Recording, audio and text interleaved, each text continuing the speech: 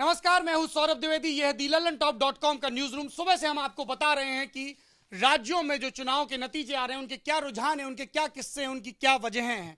सुबह आप में से कुछ लोगों ने मुझे राजदीप सरदेसाई, इस देश में पत्रकारिता का एक बड़ा नाम, इंडिया टुडे टीवी पर उनके साथ देखा। कई लोग सरप्राइज भी थे कि हम तो सौरभ टॉप को, जो मेरा ट्विटर हैंडल है, लल्लन टॉप में देखने की उम्मीद कर रहे थे। ये राजदीप के शो में कैसे बैठ गए। हमारे साथ हैं अंजना ओम कश्यप। आज तक किसी ने रैंकर राजदीप, जिन्होंने अपने जर्नलिज्म की शुरुआत 1989 से की और 1989 का मंडल के दौर वाला, वीपी सिंह के दौर वाला चुनाव, राजा नहीं फकीर है, देश की तकदीर है के नारे वाला चुनाव कवर करना शुरू किया। राजदीप, बहुत बहुत स्वागत लल्लन टॉप के न्यूज रूम में। When is the last time किसी ने आपको न्यूज रूम में स्वागत है बोला? He's laughing। कई लोग कह रहे थे देखिए राजदीप की शक्ल देखिए, राजदीप की पार्टी, उनको लगता है कि आपकी पार्टी बीजेपी नहीं कोई और है। मैं बार बार कहता हूं पत्रकारों की कोई पार्टी नहीं होती। पार्टी है, मेरी पार्टी है, मेरे बच्चों की बर्थडे पार्टी। जब भी मैं उनके बर्थडे होता है मैं उस पार्टी में शामिल। ओनली पार्टी जिसमें आप शामिल होते हैं। और हमारे साथ अंजना ओम कश्यप हैं, जो जब मुस्कुराते हुए चुनाव के नतीजे, खासतौर पे उत्तर प्रदेश के चुनाव के नतीजे बता रही थी, तो कई लोग कमेंट कर रहे थे देखिए अंजना कितनी मुस्कुरा रही हैं। ये अजब स्थिति है कि एंकर्स के एक्सप्रेशन पर भी बहुत सारे इंटरप्रिटेशन होते हैं। अंजना ओम कश्यप, जिन्होंने पहला चुनाव कवरेज किया 2004 का लोकसभा चुनाव, जिसमें अटल बिहारी वाजपेयी सर्वे में बहुत मजबूत नजर आ रहे थे, लेकिन लोग उनको वोट डालने के लिए नहीं निकले। सोनिया गांधी के नेतृत्व में यूपीए की वापसी हुई। 2 बरस पहले पंचवटी के अधिवेशन में उन्होंने ये तय किया था कि गठबंधन का धर्म कांग्रेस को भी अपनाना होगा, और 2004 में ही उसकी बारी आ गई। इन दोनों लोगों से, टीवी के इन 2 बड़े दिग्गजों से, जो बड़े बड़े नेताओं से कैमरे पर भी मिलते हैं, ऑफ द रिकॉर्ड भी बहुत सारी बातें करते हैं, जिनके पास बहुत सारे बेहद महत्वपूर्ण लोगों के एसएमएस भी आते हैं। जैसे राजदीप बता रहे थे कि इनके पास प्रशांत किशोर का एक एसएमएस आया, जिनसे बड़े बड़े नेता शर्तें भी लगाते हैं डिनर वगैरह की। इनसे बात करेंगे चुनावी नतीजों पर। yes, Rajdeep, let's start with UP. आपने एक कॉलम लिखा, कॉलम में आपने लिखा बीजेपी जीत रही है। बहुत सारे लोग सरप्राइज्ड हो गए। आपको कहां से वो फील आ रहा था कि बीजेपी जीत रही है? आपसे, आपको मैंने कुछ दिन पहले फोन किया था। मैं कई लोगों से फोन कर रहा था। देखिए, मैं जा रहा था शहरों में, लोगों से मिल रहा था, लेकिन मैं छोटे छोटे गांव तक नहीं पहुंचा था जिस तरह से आप पहुंचे थे। और मैंने आपसे पूछा आपने क्या देखा, और आपने बड़ी बात कही कि गरीब भी कह रहा है उज्ज्वला स्कीम से हमें फायदा हुआ है। कुछ और लोगों से मैंने बात की, उन्होंने कहा नोटबंदी से हमें अच्छा लगता है। जब गरीब आपके साथ हो तो आप कोई चुनाव नहीं हार सकते, खास करके उत्तर प्रदेश में। जो गरीब, आप कई हमारे दिल्ली के पत्रकार हैं, वो लखनऊ जाते हैं, वाराणसी जाते हैं, मोदी के साथ जाते हैं, अमित शाह के साथ जाते हैं, अखिलेश के साथ जाते हैं। वो कोई चुनाव रिपोर्टिंग नहीं होती। जब तक आप गरीब इस देश के से नहीं मिलते तब तक आप रिपोर्टिंग नहीं करते। आपने किया, आपने कहा ये, तो मैंने आपसे ही लिया आइडिया। लेकिन टिपिकल अमित शाह, मैं खुद से नहीं कहना चाह रहा था, इसलिए मुझे लगा राजदीप बता दे कि उनको बीजेपी की जीत। मेरे फादर ने मुझे कहा था जो आपको सच लगे वही कहिए। राजदीप कह रहे हैं कि जिन्होंने जमीन पर जाकर रिपोर्टिंग की उन पर एतबार करिए। 11,300 किलोमीटर, 40 दिन, 2 टीमें, हर विधानसभा में, हर जिले में गए, कई विधानसभाएं कवर की, और इसलिए हमें पता था कि स्पष्ट रूप से मोदी की लहर चल रही है। अंजना, आप लगातार शो कर रही थी राज तिलक, आपको क्या सेंस हो रहा था? क्या मुद्दे आपको लग रहा था कि हावी है?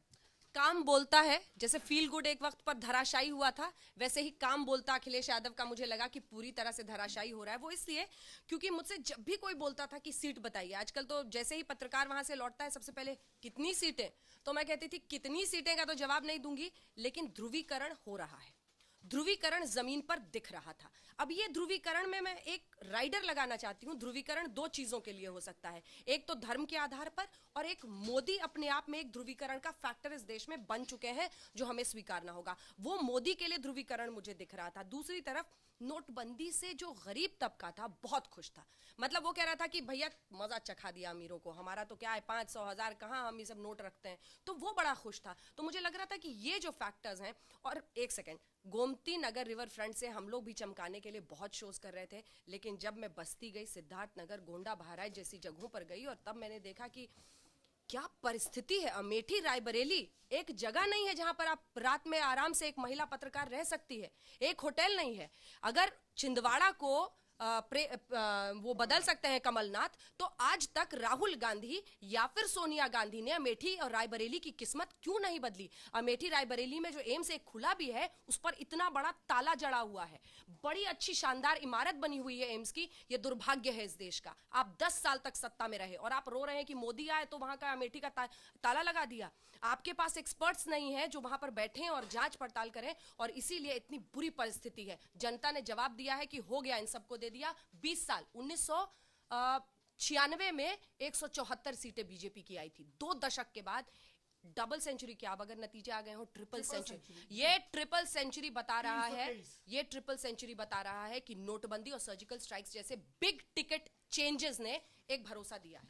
बिग टिकट चेंजेस, मोदी की इमेज और शानदार सोशल इंजीनियरिंग, वेस्ट यूपी में जाटों को साथ लाना, ब्रिज में कल्याण सिंह को साथ में लाना, साथ आ रहे हैं जी। मैं बार बार ये मैंने लाइव में भी कहा था कि ये जो हवा बनाई जा रही है दिल्ली के, नहीं मैं बार बार कह रहा था कि दिल्ली का मीडिया कह रहा है जाट कट रहे हैं, जाट कट रहे हैं। जाट थोड़े बहुत कट रहे होंगे, बहुत वोकल हो रहे होंगे, लेकिन आखिर मैनेज कर लिया। पर वे उल्टी तरफ जा रहे थे रिजर्वेशन। एक चीज, एक क्विक सवाल है अंजना, हमारे पास समय कम है। राजदीप, उत्तर प्रदेश का मुख्यमंत्री कौन होगा आपके हिसाब से? एक नाम शॉर्ट में।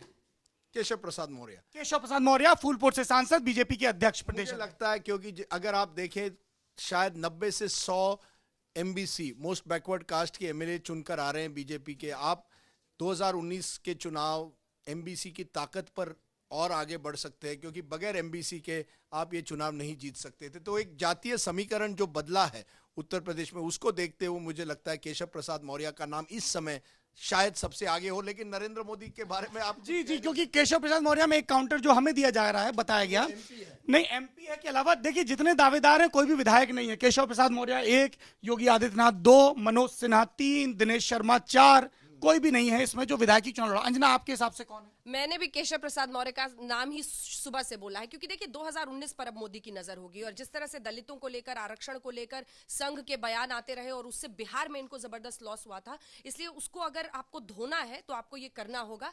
हालांकि बाकी जितने हैं आप देख लीजिए, जिसका नाम आपने लिया, भूमिहार है, मनोज सिन्हा, राजनाथ सिंह ठाकुर हैं, महेश शर्मा सवर्ण है, ब्राह्मण है, तो इन सब का पत्ता वहां पर थोड़ा सा कट जाता है।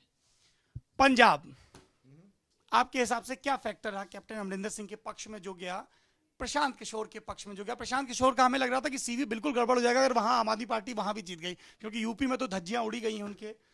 देखिए, मुझे लगता है कहीं ना कहीं अमरिंदर सिंह जो है वो, क्योंकि वो रीजनल लीडर थे, चीफ मिनिस्टर रहे हैं, लोगों ने कहा अनुभवी लीडर जिसको हम एक तरह से, जिसमें हम विश्वास करते हैं, उसके साथ जाएंगे।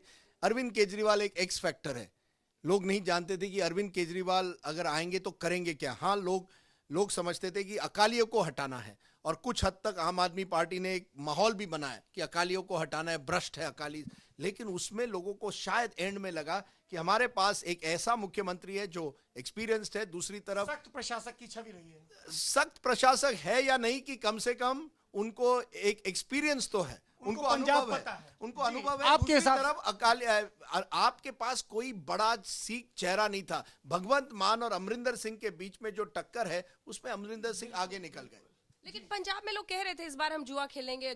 मैं बहुत जगहों पर, हमारी आपकी लखनऊ में भी जो बात हुई थी इसी पर हुई थी। मुझे लग रहा था कि बहुत ज्यादा लोग आम आदमी पार्टी और झाड़ू की बात कर रहे थे, लेकिन शायद ये फैक्टर जो राजदीप भी कह रहे हैं ये सबसे महत्वपूर्ण हुआ। पंजाब की राजनीति एक बड़े सिख चेहरे के बिना आप नहीं कर सकते हैं, और पंजाबी भाषा, हालांकि एक वक्त पर आया था कि अरविंद केजरीवाल सीख रहे हैं, लेकिन सीख न सके, पंजाब मिल न सका। आखिरी सवाल, आप गोवा से हैं। Look at his face. Affidavit पे साइन करवा रखा है कि जिस दिन मुख्यमंत्री बनेंगे पहला इंटरव्यू मुझे देंगे। अच्छा, नहीं, आपने ठीक किया, जिक्र कर दिया। बड़ी तगड़ी अफवाह उड़ी थी आम आदमी पार्टी की तरफ से, राजदीप सरदेसाई सीएम कैंडिडेट। अफवाह कहां से उड़ी, बस इतना बता दीजिए। ऐसा है कि मेरा घर गोवा में, मेरे पिताजी गोवा से आते हैं। मैं खुद ज्यादा समय मैंने गोवा में नहीं गुजारा, मैं कोंकणी भी नहीं जानता।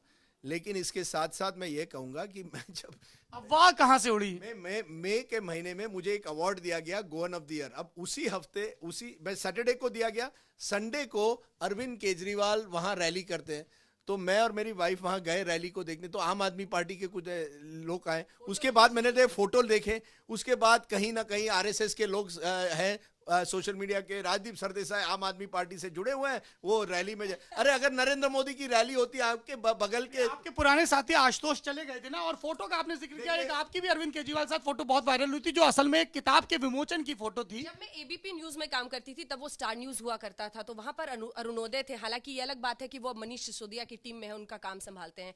तो उनकी किताब का विमोचन था, उस विमोचन में मुझे भी मंच पर बुलाया गया और अरविंद केजरीवाल भी बगल में खड़े थे, तो बस हो गई यहाँ तो कहानी। लेकिन मैं ये कहूंगा, सबसे अच्छी जो खबर मुझे आज मिल रही है कि गोवा में मैं अभी देख रहा हूं कि त्रिशंकु विधानसभा हो रही है। अमित शाह ने प्रेस कॉन्फ्रेंस में कहा है हम गोवा में सरकार बना रहे नहीं, हैं। अभी जो नंबर्स आ रहे हैं 16 भी कांग्रेस के हैं और 17 हो गए कांग्रेस और 13 बीजेपी के। और 3 जो है, 3 विधायक इंडिपेंडेंट, उसमें मेरा एक कजिन है, वो जीत रहा है, वो कांग्रेस में था पहले। तो उसको हम आपसे ये संपर्क कर सकते हैं कि उस इंडिपेंडेंट के सपोर्ट के लिए बीजेपी क्या कर रही है? अगर मैं कहूंगा उनको कि अगर आपको मेरे कजन और इंडिपेंडेंट्स की सपोर्ट चाहिए, आपको मुख्यमंत्री एक इंडिपेंडेंट व्यक्ति को करना पड़ेगा। मधु कोड़ा इंडिपेंडेंट बने थे, बहुत बुरा हाल हुआ मत दिलाइए मधु कोड़ा की याद झारखंड में। देखिए मधु कोड़ा ने- देखिए ऐसा है, लेकिन गोवा की राजनीति में एक फर्क, और इसमें एक बड़ी बात कहीं ना कहीं निकली है कि अब तक लोगों को लगा कि मोदी वेव है।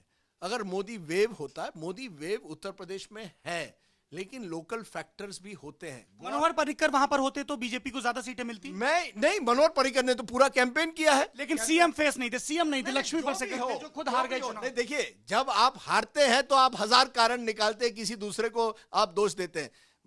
नरेंद्र मोदी पंजाब में गए, कम गए लेकिन गए, गोवा में जरूर गए। बीजेपी को लगा कि ये मिडिल क्लास एजुकेटेड कम्युनिटी है, वहां लोग वोट करेंगे।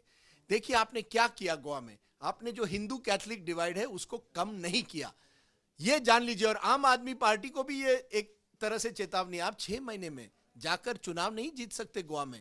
देखिए हर स्टेट की अलग एक, ये स्टेट इलेक्शंस थे, इसलिए जब लोग कहते हैं अब 2019 चुनाव नरेंद्र मोदी 100% जीत गए, मैं समझता हूं 75% आप कह सकते हैं, लेकिन 100% मत कहिए। ये देश, आप अगर 75 कह रहे हैं तो इसको भी समर्थक लूप ले जाएंगे। और नरेंद्र मोदी ने जैसा अपनी टीचर्स डे वाली बातचीत में एक बच्चे ने पूछा था कि मैं प्रधानमंत्री बनना चाहता हूं, मुझे क्या करना होगा, नरेंद्र मोदी का जवाब था 2024 तक का इंतजार करना होगा। वो सिर्फ उस बच्चे के लिए मैसेज नहीं था, सारी पॉलिटिकल पार्टीज के लिए मैसेज था। सियासत है, रात दिन चलती रहेगी। और हम तो उत्तर प्रदेश से आते हैं जहां का बच्चा भी किसी भी पॉलिटिकल पंडित की टक्कर की सियासी जानकारी रखता है। सियासत पर बात का, बहस का यह सिलसिला thelalantop.com पर लगातार जारी रहेगा। बन रही है हमारे साथ। मेरा नाम सौरभ द्विवेदी, कैमरे के पीछे अमितेश सिन्हा। शुक्रिया।